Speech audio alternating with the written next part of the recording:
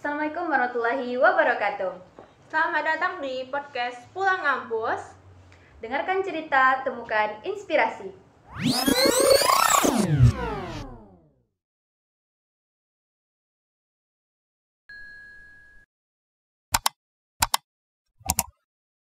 Kali ini kita kedatangan kakak-kakak yang udah balik dari mana, Kak? Dari Sydney ya kak ya? Ada kakak siapa aja nih? Boleh kenalan dulu dong. Aku dulu? Iya, Oke, boleh. halo teman-teman, aku Nabila, aku KPI BP22 dan aku Aufa sama juga dari KPIA BP22. oke. Nah, gimana nih kabar Kak Bila, Kak Aufa, gimana kabarnya pulang dari Sydney? Sedikit jet lag, melayang-layang. Ya, bekas korban pesawat turbulensi, jadi sedikit melayang tapi tidak apa-apa. Karena terlalu lama. Iya, terlalu lama dalam pesawat, jadi Aufa gimana Aufa Kak Ova, kabarnya? iya gimana kabarnya Kak Ova? Pulang dari Australia. Kabarnya sih kayak gampang kepanasan ya kalau di sini. Emang di situ memang? Iya, soalnya kan kalau di Sydney itu kan kita biasanya udah kalau siang tuh biasanya cuma mentok 20 derajat, 22 derajat. Anginnya juga dingin kan. Terus kalau malam 5 derajat. Itu kalau di Padang kayak panas aja gitu. Jadi kayak lebih sering kepanasan, keringetan. Jadi serunya di mana? Di sini atau di situ? Ya, kalau seru pasti di sana nggak sih? Pertanyaan Ya, seru di sana. Terus kok bisa sih ke Australia nih dalam rangka apa? Katanya ada Sibaksip ya. Sibaksip itu apa sih Kak? Kalau boleh tahu nih. Kak Nabila. Oke, Sibaksip ya? Iya. Sibaksip itu sebenarnya program dari UIN sendiri kan. Itu merupakan kepanjangannya, boleh Aufa? Student of Imam Bonjol Academic Community, SIP-nya itu Smart Internship Program. Jadi memang tujuannya untuk lebih kepada pembinaan. Ada juga programnya itu berupa short course dan juga ada pengabdian. Itu rata-rata untuk pengalaman sendiri ya, karena target UIN sendiri itu kan untuk menginternasionalisasi UIN itu sendiri gitu. Iya. Undang mahasiswanya ke luar negeri biar dapat pengalaman dan bisa di-share ke mahasiswa yang lain. Berapa orang tuh yang pergi ke situ? Ke Sydney? Oh, kalau untuk ke Sydney sendiri tuh 10 orang dari UIN. Kalau untuk ke Turki ya ada juga teman kami dari ke Turki itu 10 orang juga. 20 Berarti orang bukan jumlah. hanya satu negara ya? Iya, Betul. ada 2 negara tahun ini. Gitu ya. Proses bisa ikut Sibaksip ini gimana Kak Ufa? Kalau ada apa nih? Ada seleksi atau ikut persyaratan segala macam gitu nggak Kak? Kalau untuk program Sibaksip itu persyaratannya itu yang pertama kita harus ikut namanya SLC, Student Literacy Camp. Nah, jadi kalau SLC ini kan dia tuh literasi ya, jadi kayak pelatihan penulisan artikel jurnal dan juga artikel opini. Jadi setelah kita lulus SLC, nanti itu kita bakal diseleksi lagi nih dari yang SLC tahun 2024 sama yang tahun 2023. Kita ada seleksi lagi untuk ikut program Sibaksip. Jadi syarat utamanya itu kita harus ikut SLC dulu, tiket emasnya itu untuk bisa daftar Sibaksip. Nah, setelah kita udah lulus SLC, nah baru kita daftar Sibaksip ya dilihat nanti dari penilaian-penilaian tertentu. Misal kalau waktu kita kemarin tuh ada artikel harus publish. Ya, artikel ilmiah dan opini harus publish, terus ada juga bahasa. Sama satu lagi paling ya wawancara, ya wawasan tentang negara tujuan atau apapun itu. Dia kriterianya sebenarnya juri yang tahu ya, tapi overall ya tentang penulisan sama tentang bahasa. Bahasa apa aja itu? Kalau bahasa tuh sekarang dia Inggris sama Arab. Karena kalau kita kan karena negara tujuan Australia kan. Nah, kalau Australia itu lebih ke Inggris berarti. Yang diutamakan. Tapi kalau Turki ini dia Arab. Kenapa Arab? Karena dia tuh mentornya itu gurunya di sana tuh dia pakai bahasa Arab. Kalau di Turki kan kalau di Turki Arab, kalau di Aussie full English. Bahasa Inggris. Berapa hari ke situ? Berapa hari? Waktunya kali ya? 10 hari. 10 hari di situ. 10 hari, 12 hari sama perjalanan. Iya. Jadi kita perjalanan tuh sekitar ya seharian penuh lah. Di sana stay 10 hari. Berarti kalau syaratnya bahasa Inggris nyampe sana nggak butuh translator gitu ya berarti ya? Gimana jawab apa? Sebenarnya yang unik dari Australia itu dia tuh nggak soal nggak hanya soal bahasa Inggris, tapi juga soal bahasa Minang. Iya. Kenapa bahasa Minang? Karena kami juga baru tahu ternyata di sana tuh kan kita diterima oleh pihak namanya Surau Sydney Australia kan. Jadi ada perkumpulan orang-orang Minang di sana tuh, yang mereka tuh membangun sebuah surau. Tapi suraunya ini beda, nggak kayak surau di Indonesia lah. Kalau di Indonesia kan surau satu lantai aja buat sholat gitu kan. Kalau di sana tuh suraunya gede, jadi kayak apartemen gitulah. Lantai satu ada ruang meetingnya, ada tempat makan apa segala macam. Nah di atasnya baru masjid. Nah jadi kalau kami bahasa tuh lebih ke Minanglish, Minang and English. Ya jadi kayak ya gitu. Kalau dibilang butuh translator apa enggak, mungkin untuk mendengar ya nggak perlu. Tapi kalau untuk ngomong mungkin beberapa dari kita masih butuh juga gitu. Tapi ya kan yang dipilih ya insya Allah yang udah memenuhi standar lah gitu bahasa Inggris. Masya Allah. Insya Allah. Oke. Berarti dari tadi ada surau. Berarti di situ tuh banyak orang Minang berarti ya? Kalau dibilang banyak termasuk banyak karena orang Minang itu kalau yang aku dengar-dengar kemarin tuh kalau nggak salah sekitar 2.000 orang ada di Sydney atau di Australia. Di Sydney. Di Sydney ya. Di Sydney-nya aja itu ada sekitar 2.000 orang orang Minang di sana. Jadi emang banyak sih. Karena Sydney itu kan negara-negara migran kan.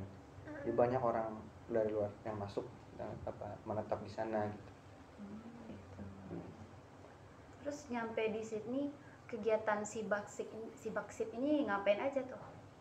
Ada kayak apa, ngapain aja? Jadi sampai di Sydney itu kita tuh langsung disambut sama bundo-bundo kandung dari Surau Sydney itu sendiri kan.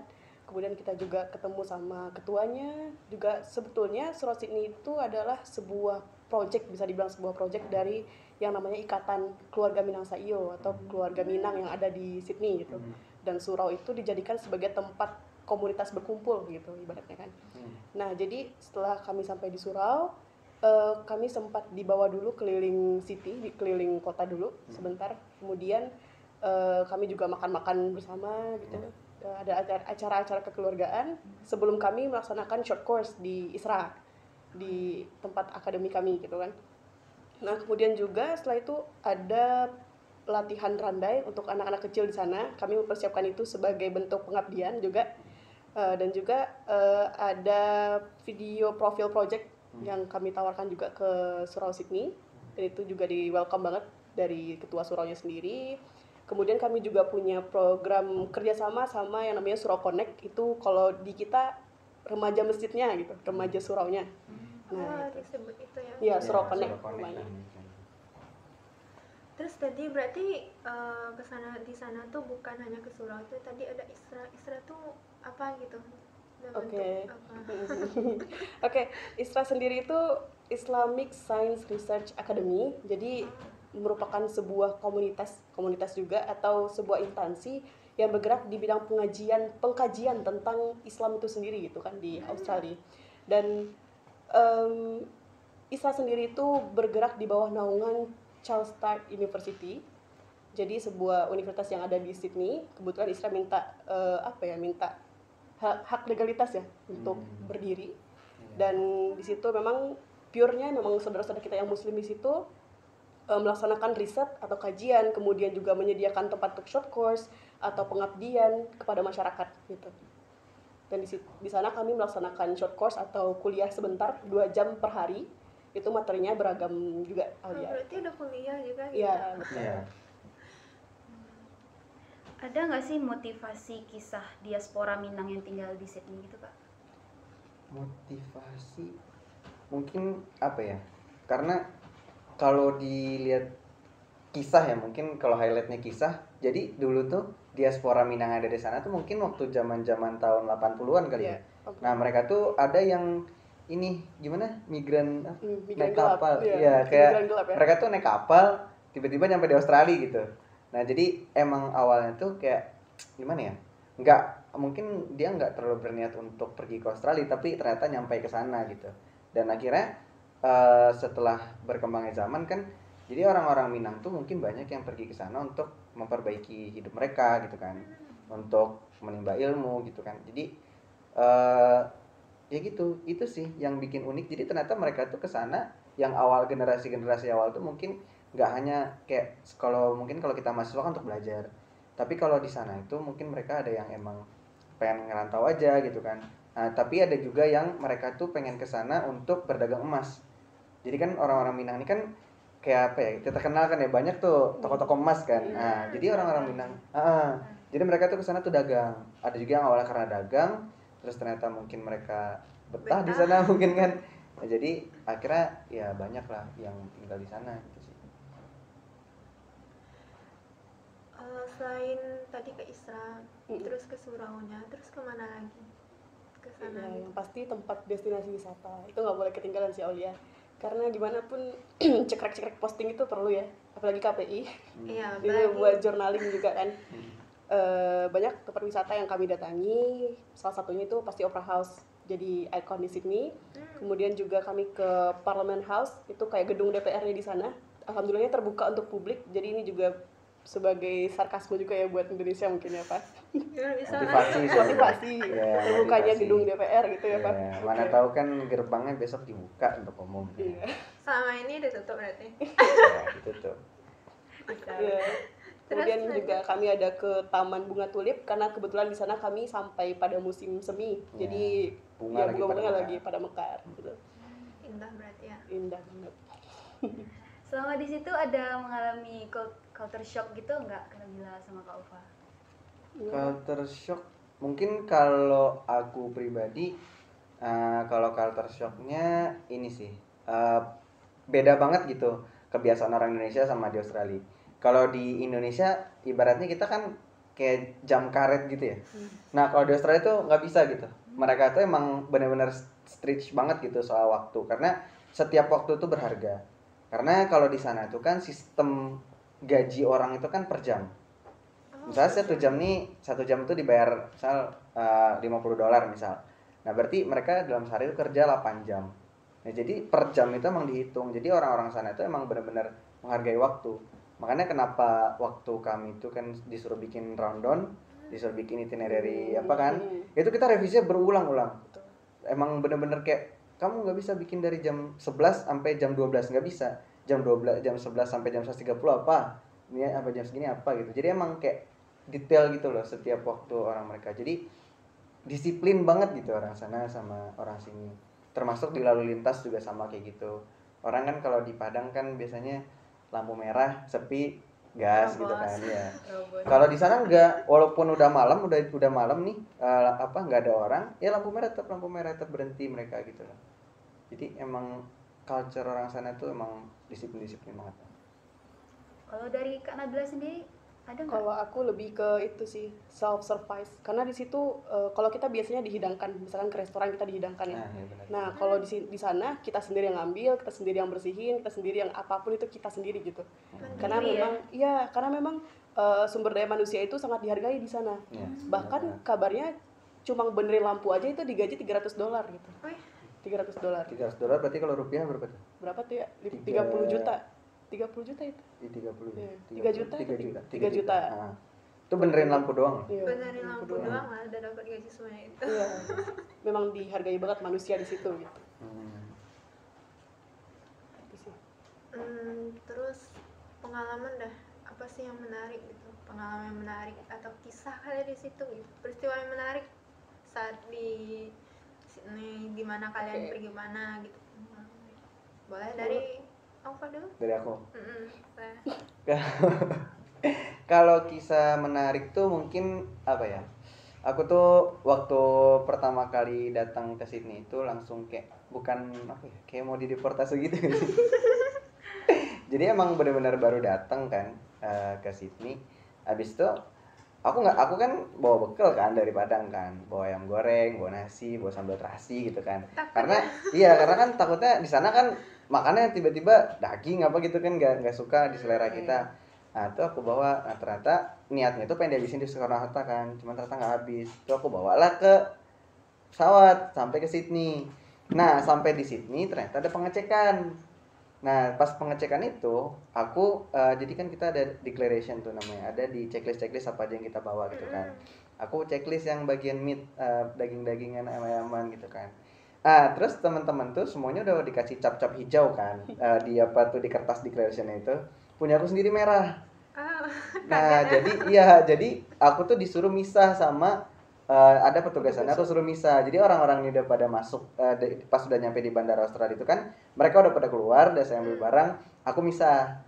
Tapi untungnya aku waktu itu ditemenin sih sama pembina kita, Mamis Cantik kan. Beliau juga yang bantu aku backup kayak, ya ini anak saya, dia emang gak paham ini segala macam gitu lah. Jadi kayak, udahlah pura-pura gak tahu aja lah gitu. Daripada apa kan?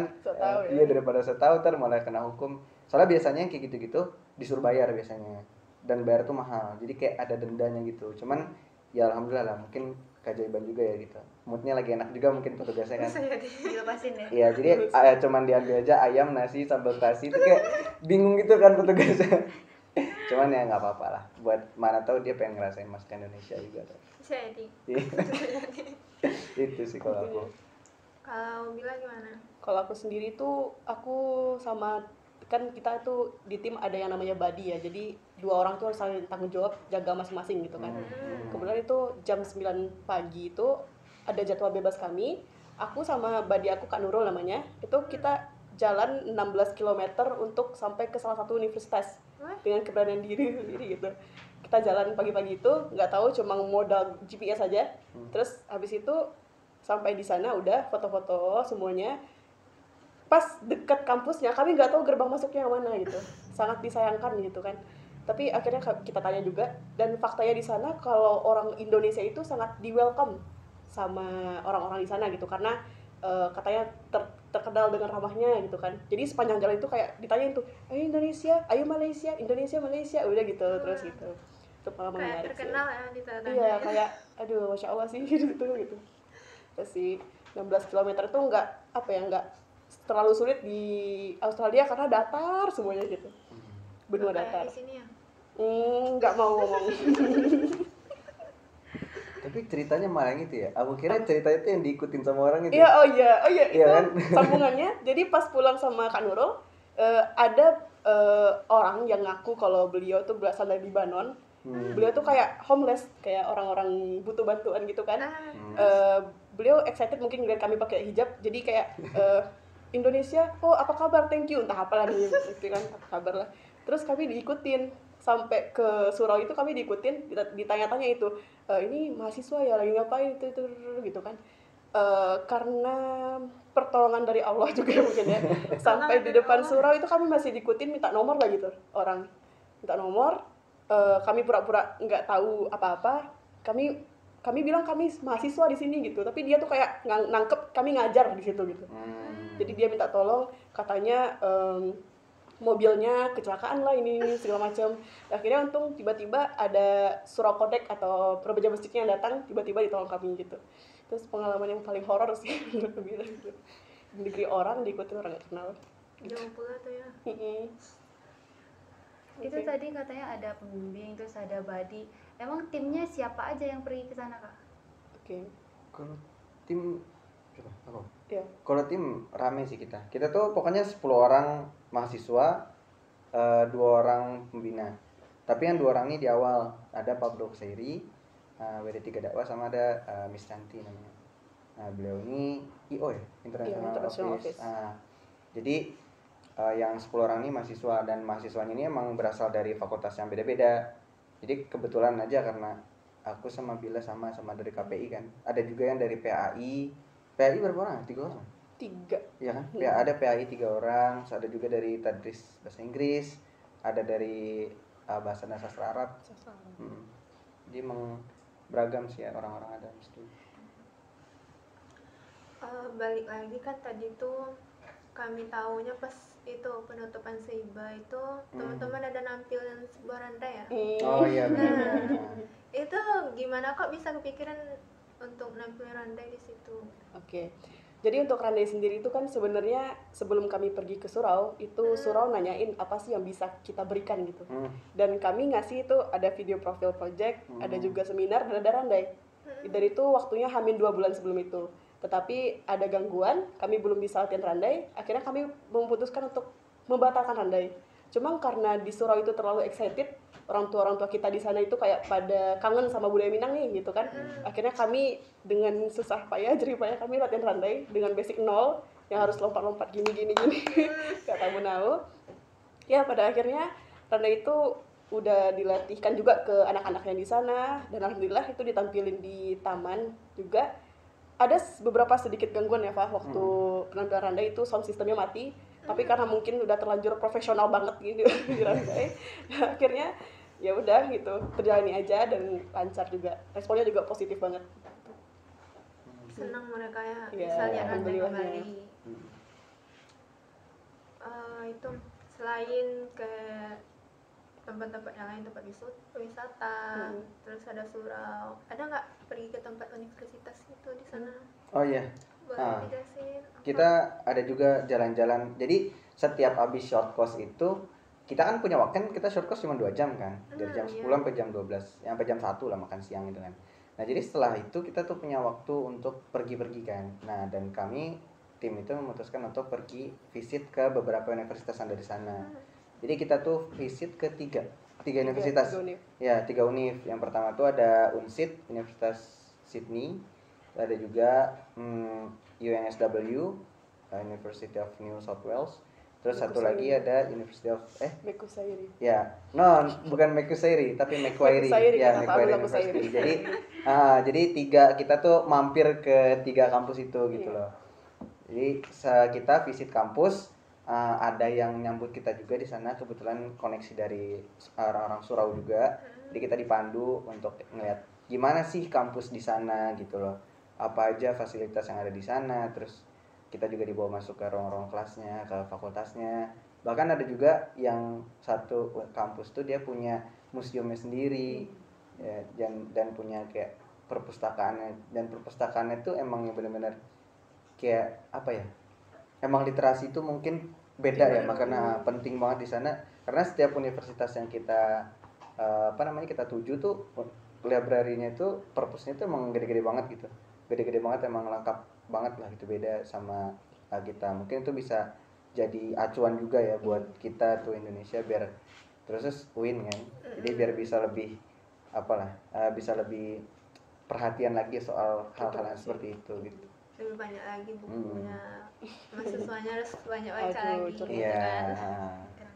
iya literasinya ditambah lagi. Itu sih. Terus selama di sana nih ada nggak sih konflik antar tim gitu? Soalnya kan nih karakternya beda-beda nih, ada nggak konfliknya? Terus penyelesaiannya gimana gitu? Oke, aku. Iya. Oke. Kalau untuk karakter tim sendiri itu kan sebenarnya berbeda-beda ya. Jadi karena berbeda-beda itu ada kayak sedikit mungkin miskomunikasi atau gimana nya. Kadang perspektif juga ada berbeda-beda gitu kan. Ya hal-hal semacam itu aja. Tapi cara kita untuk menangani konflik-konflik yang kayak gitu nih, misalkan ada yang emang kurang enak atau gimana. Kami selama di situ tuh kami nyebutnya itu kitchen talk atau perbicaraan dapur, karena kami emang di dapur, curhat-curhatnya di dapur, lepasin unek-uneknya di dapur. Jadi inti dari cara kami berkomunikasi, cara kami menyelesaikan konflik itu sendiri itu komunikasi gitu, nggak ada yang lain. KPI. Iya. Komunikasi Jaya. ya penting. Iya. Komunikasi. Semuanya bisa diselesaikan baik komunikasi yang Iya, baik. So, Harus dengan komunikasi yang baik. Udah panjang tuh. Boleh nih, Boleh minum minum dulu kak. Udah nih panjang banget ceritanya dari tadi. Nanti Kayak masih seru panjang duluan lagi. deh. Boleh sama-sama nggak sih? apa? Sama-sama minum. Iya, boleh. Ya. Duluan lah. Duluan, boleh tuan rumah duluan deh. Ya 1, 2. Nih, boleh nih. Ya, Thank boleh you. diminum. Makasih. Abang-abang saudara gimana nih minum?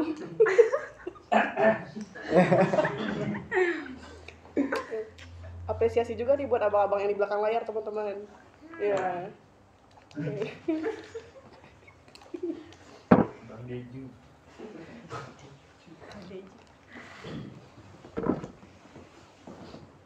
Udah balik lagi kita ke cerita ya. Oke. Gimana tuh? Sama kurang lebih 12 hari di situ. Terus kalau untuk makanan gimana kalian sama di situ? Teman-teman makanannya gimana? Boleh? Makanan Indonesianable banget sih di sana. Ya, jadi karena emang gimana ya? Karena kita kan kebetulannya emang tinggal di komunitas Minang kan. Jadi emang setiap hari itu kami kira kan awalnya kita bakal culture shock soal makanan kan. ntar tiap hari makannya salad, Merasa makannya beda. iya, Makanya makannya bawa ayam dia.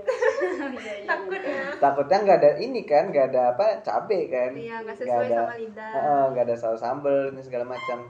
Tapi ternyata ya kita emang karena kan kita dimasakin juga sama orang Surau kan, dan kita pesan catering juga, dan cateringnya itu emang isinya tiap hari itu emang masakan-masakan Minang.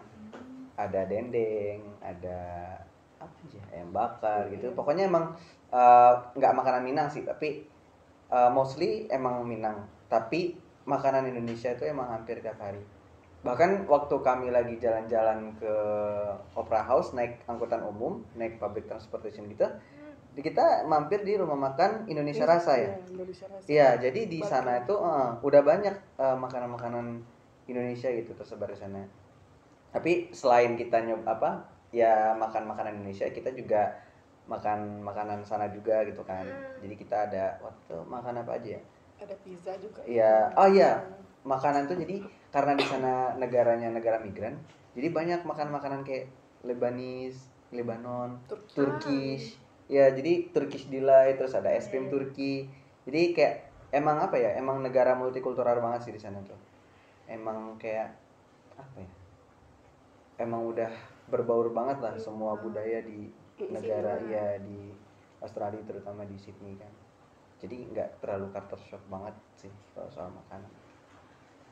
Tuh makanan favorit dari situ. favorit. Makanan Aduh. favorit. Susah ya, karena jarang banget ya makan makanan Iya. itu. Apa yang enak di situ? Vegemite mungkin kalau Nabila. I choose Vegemite. Iya. Jadi kalau di sana tuh ada kayak apa namanya, selai, yang selai itu namanya Vegemite ya. Nah Vegemite itu kalau kita nyari di internet makanan khas Australia pasti keluar tuh, Vegemite itu pasti keluar. Akhirnya kita penasaran kan, kita nyobain, waktu itu dibeliin sama anak muda di Surau, dari Surau Connect, beliin kita Vegemite. Itu rasanya kayak gimana ya? Kecap asin tapi selai gitu. Jadi kayak rasanya tuh aneh, tapi mungkin kalau kombinasinya pas mungkin enak gitu.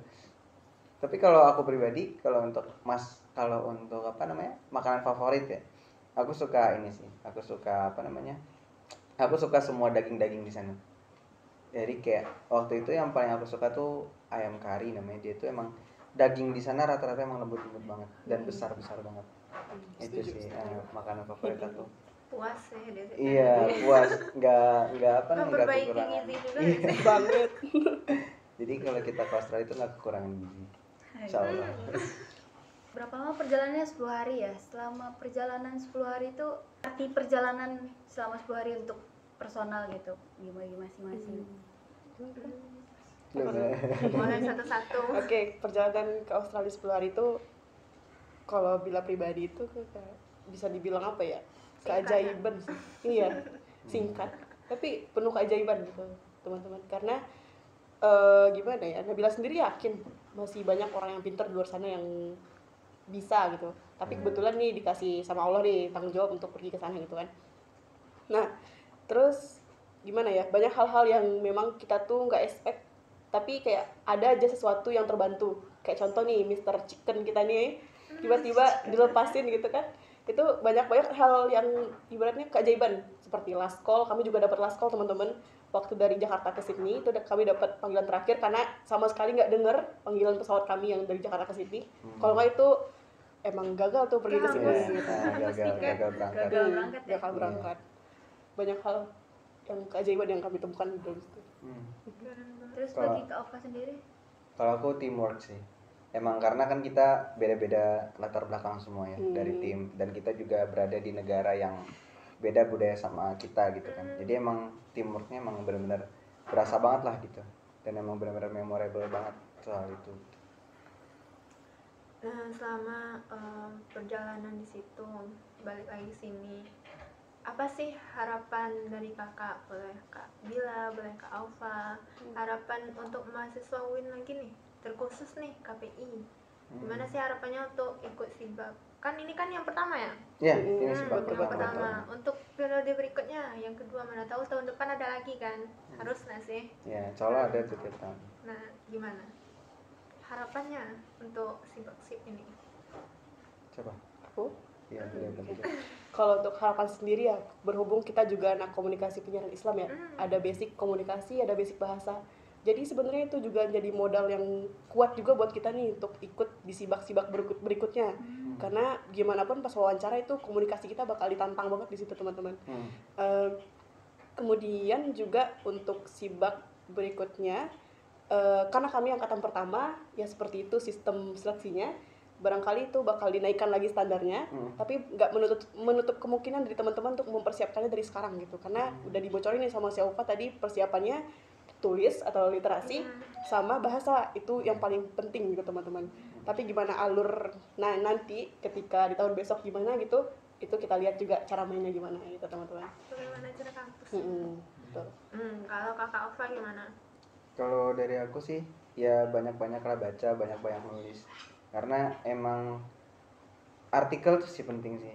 Jadi kalau emang misalkan emang teman-teman niat untuk ikut sibak tahun depan, tahun 2025, nyicil-nyicil tulis dari sekarang, nyicil-nyicil artikel dan perbaiki bahasanya. Dan juga soft skill yang lain tuh juga jangan dilupain. Karena itu yang maksudnya bintang itu kan beda-beda, mereka punya cahaya masing-masing. Nah, makanya jadilah versi terbaik dari diri kalian sendiri, menulis, perbaiki bahasa ya, just be the best of you. Gak menutup kemungkinan kita yang lain lagi. Ya, insya Allah bisa. Terus harapan boleh deh. Harapan Kak Aufa, Kak Bila untuk labor kita, labor KPI. Apa harapan kedepannya nih? Dulu nih. Jujur ya ngelihat labor KPI ini dulu awalnya kayak, oh ini tempat anak KPI semua untuk melakukan kegiatan perkuliahan atau gimana sih gitu kan, kepo juga nih kadang. Nah pas masuk ke sini itu ketemu banyak orang, banyak kakak-kakak, banyak abang-abangnya juga gitu kan. Ada Bang Deju, ada yang lain juga. Kayaknya di sini udah lebih dari organisasi-organisasi yang lain, bukan organisasi ya, lebih bilangnya keluarga gitu teman-teman. Dan harapannya untuk labor KPI sendiri, undang sebanyak-banyaknya orang yang bisa menginspirasi, karena emang podcast zamannya sekarang tuh zaman podcast memang ya teman-teman. Jadi kayak ya teman-teman labor KPI bisa calling kita lagi, mana tahu kalau ada itu kan Pak. Menarik juga karena ini gimana ya, pengalaman-pengalaman yang jarang didapat jadi bintang tamu nih di podcast gitu kan Pak gitu. Oke, sukses terus buat teman-teman labor KPI. Ini udah jam berapa nih gitu kan? Dan teman-temannya masih semangat gitu. Masya Allah. Iya, lucu-lucu juga orang-orangnya ternyata. Oke, kembali ke awalnya. Kak Aufa gimana harapannya? Iya, harapannya semoga labor KPI bisa terus konsisten dan buat konten, buat apa gitu kan. Jadi supaya KPI itu, labor KPI terutama berarti kan untuk menaikkan nama KPI kan, bisa lebih dikenal sama seluruh se-Indonesia lah gitu. Dan nggak menutup kemungkinan bisa untuk terkenal sampai ke luar gitu kan. Karena pasti setiap orang yang anak-anak KPI yang keluar negeri ataupun kemanapun, pasti mereka nanti akan bilang, oh saya belajar loh di labor KPI ini segala macam. Dan mereka pasti bakal bisa untuk menaikkan branding dan juga bisa menaikkan respon baik masyarakat gitu soal konten-konten yang diproduksi oleh labor KPI. Terus semangat selalu. Mungkin udah panjang ya cerita kita dari perjalanan balik ke sini. Jadi apa nih? Untuk teman-teman semuanya nih, kakak-kakak dua ini baru balik tuh dengan sibak-sib. Tidak menutup kemungkinan kita juga nantinya teman-teman yang lainnya tahun depan bisa itu ikut. Yang terpenting itu tuh adalah literasi sama bisa buat artikel dan bahasa. Itu udah pasti. Itu kata kunci oleh kakak-kakak ini. Mungkin sekian podcast kita pada hari ini. Saya sebagai host dan teman saya, kami pamit undur diri. Assalamualaikum warahmatullahi wabarakatuh.